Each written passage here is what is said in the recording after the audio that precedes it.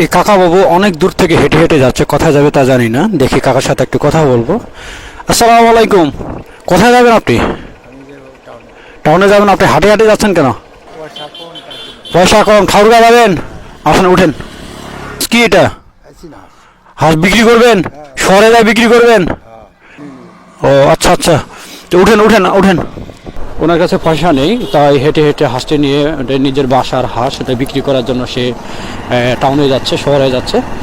তো আমি অনেকক্ষণ থেকে দেখতেছি সে হেঁটে হেঁটে যাচ্ছে, তাই আমার কাছে মনে হলো যে না, আমি তো একাই যাচ্ছি, তো আমার বাইকে উঠে নি।